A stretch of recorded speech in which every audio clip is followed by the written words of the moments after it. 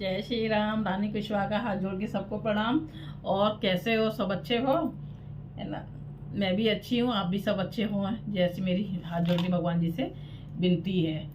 आज मैं बना रही हूँ वीडियो सोमवार के व्रत पर। अब सावन के सोमवार आ रहे हैं ना, तो आज सोमवार पर मैं बना रही हूँ वीडियो।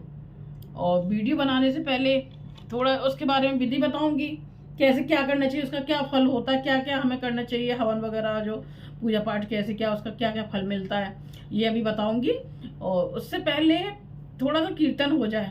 शंकर भोले बाबा है तो शंकर भोले बाबा, सोमवार का व्रत रहेंगे हम लोग, तो फिर सोमवार शंकर भोले बाबा का ही कीर्तन हो जाए, ठीक है? और सब बढ़िया है ना? जय श्री राम।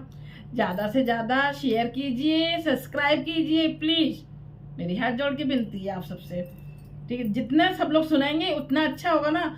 जो सुनाता है उसको भी उस पर कृपा करते हैं, और जो सुनते हैं उस पर बहुत भगवान जी बहुत कृपा करते हैं, और जो शेयर करेगा तो उस पर तो कृपा करेंगे ही करेंगे। इसलिए हमें ज़्यादा से ज़्यादा शेयर करनी है, ठीक? जय श्री राम। ठीक है, और हम अनुमति ले लें शंकर भोले बाबा और सभी भगवान जी से, सब भगवान जी हमें अनुमति दीजिए। सबको हाथ जोड़ के प्रणाम, मेरा कोटि कोटि। आप स्वीकार कीजिए हमारा प्रणाम और अनुमति दीजिए। मैं सोमवार व्रत कथा पढ़ने जा रही हूँ। जय श्री राम। थोड़ा सा कीर्तन हो जाए, हाँ सॉरी।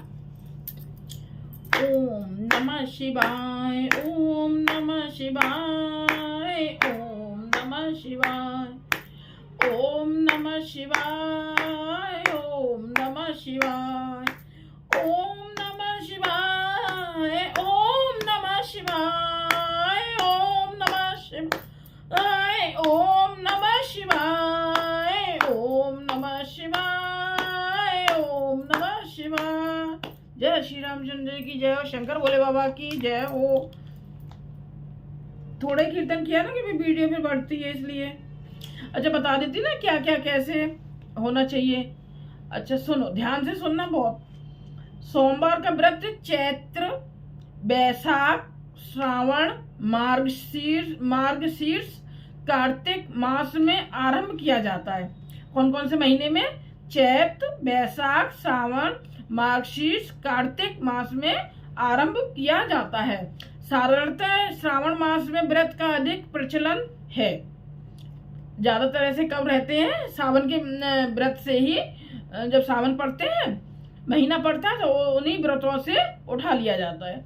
तो उस दिन से सोमवार व्रत आरंभ करना चाहिए। व्रत रखने वाले स्त्री पुरुष को चाहिए कि प्रातःकाल काले तिल का तेल लगाकर स्नान करें, ये बताया है। विधि पूर्वक शिव जी का पूजन करें। मम क्षेम स्थैर्य विजयारोग्य वर्या वृद्ध्यर्थ सोमव्रत करिष्ये से संकल्प करके शिव पूजन करें। कौन सा, किससे संकल्प करके? मम क्षेम स्थैर्य विजयारोग्येश्वर विजयारोग्ये स्व वर्या वृद्ध्यर्थ सोमव्रत करिष्ये से संकल्प करके से पूजन करें। ओम नमो दश भुजाय त्रिनेत्राय पंच बदनाय शूलिने श्वेत वृक्ष भारूणाय सबो भरण भूषिताय देहार्ध स्थाय नमस्तते सर्वभूते से ध्यान करें, अथवा नमः शिवाय से शिव जी का, ओम नमः शिवाय से उमा पार्वती जी का षोडशोपचार पूजन करें। देखो फिर ध्यान से सुनना, नमः शिवाय से शिव जी का और ओम नमः शिवाय से उमा पार्वती जी का षोडशोपचार पूजन करें। इन्हीं मंत्रों को शक्ति अनुसार जप और हवन करें। फिर किसी पुष्पोद्यान में जाकर या घर पर ही एक समय भोजन करें। इस प्रकार से सोमवार के व्रत को 16 सोमवार तक करें, फिर उद्यापन करें। ये तो उनके लिए विधि बता दी जो सोमवार 16 सोमवार रहते हैं ना, संकल्प करके कि हमें ये काम, हमारा ये काम हो जाए, इसके लिए हम 16 सोमवार व्रत रहेंगे। तो ये उनके लिए है। उद्यापन करें। इस व्रत के प्रभाव से मानवों को सभी प्रकार के सुखों की प्राप्ति होती है।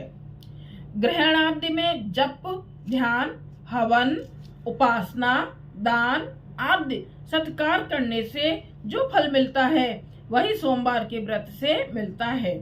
चैत्र मास में सोमवार व्रत फल चैत्र में गंगा जल से सोमनाथ के स्नान कराने के समान। देखो फिर से ध्यान से तो चैत्र मास में, कौन से में? चैत्र मास में सोमवार का व्रत फल चैत्र में गंगा जल से सोमनाथ के स्नान कराने के समान। जो चैत्र मास में सोमवार का व्रत रहते हैं तो किसके समान है? गंगा जल से सोमनाथ के स्नान कराने के समान। और बैसाख में जो रहते हैं अपू शादी से पूजन कर कन्यादान के समान। और ज्येष्ठ में मास में पुष्कर स्नान करके गोदान के समान। भाद्रपद में बृहद यज्ञों के समान। श्रावण में अश्वमेघ यज्ञ के समान। भाद्रपद में सवत्स गोदान के समान। आश्वन में सूर्य ग्रहण के समय कुरुक्षेत्र में रसधेनु गुणधेनु के दान के समान। कार्तिक में चारों वेद ज्ञाता 4 ब्राह्मणों को 4 घोड़े जुते हुए रथ दान के समान। मार्गशीर्ष में चंद्र ग्रहण के समय काशी आदि तीर्थ में जा गंगा स्नान जप दान के समान। पौष में अग्नि स्टोम यज्ञ के समान। माघ में गाय का दूध व गन्ने के रस से स्नान कर ब्रह्म इत्यादि निर्मित के समान। फागुन में सूर्यादि ग्रहण के समय गोदान समान फल प्राप्त होता है। श्रावण में केदारनाथ का ब्रह्म कमल से पूजन, दर्शन, अर्चन तथा केदार क्षेत्र में निवास का विशेष महत्व है। इससे भगवान शंकर की प्रसन्नता और शिव सायुज्य प्राप्ति होती है। इसमें कितने अच्छी तरीके से बताया कौन से महीने में रहने से क्या क्या फल है, किसके समान हमें फल मिलता है। अब हम कहते हैं सोमवार की व्रत कथा। एक साहूकार बहुत धनवान था। उसका धन आदि किसी बात की कोई कमी नहीं थी, परंतु पुत्र न होने के कारण वह अत्यंत दुखी था। वह इसी चिंता में रात दिन रहता था और इसीलिए वह पुत्र की कामना के लिए प्रति सोमवार को शिवजी का व्रत और पूजन किया करता था। सायंकाल को शिवजी के मंदिर में जाकर दीपक जलाया करता था।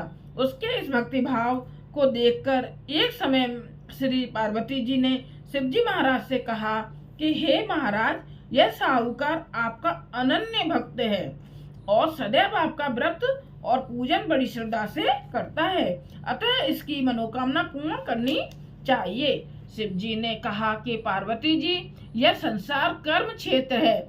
जैसे किसान खेत में बीज बोता है, जैसा बीज बोता है वैसा ही फल काटता है, उसी तरह संसार में जो जैसा कर्म करते हैं वैसा ही फल भोगते हैं।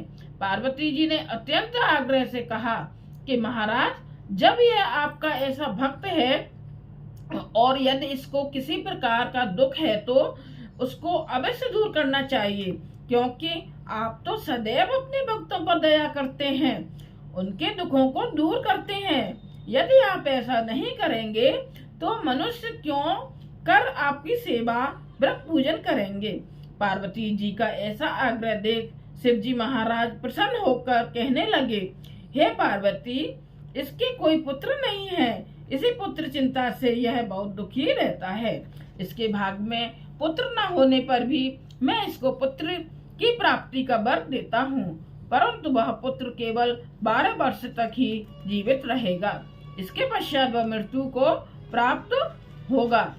इससे अधिक मैं इसके लिए कुछ नहीं कर सकता। यह सब बात साहूकार सुन रहा था। इससे उसको ना कुछ प्रसन्नता हुई और ना कुछ दुख हुआ। वह पूर्वतः वैसे ही शिव जी महाराज का सोमवार का व्रत और पूजन करता रहा। कुछ समय व्यतीत हो जाने पर साहूकार की स्त्री गर्भवती हुई और 10वें महीने उसके गर्भ से अति सुंदर पुत्र की प्राप्ति हुई। साहूकार के घर में बहुत खुशी मनाई गई, परंतु साहूकार ने उसको केवल 12 वर्ष की आयु जानकर अधिक प्रसन्नता प्रकट नहीं की और न ही किसी को भेद बताया। जब वह 9 वर्ष का हो गया तो उस बालक की माता ने उसके पिता से उसके विवाह आदि के लिए कहा, परंतु वह साहूकार कहने लगा, मैं अभी इसका विवाह नहीं करूंगा और काशी जी पढ़ने के लिए भेजूंगा।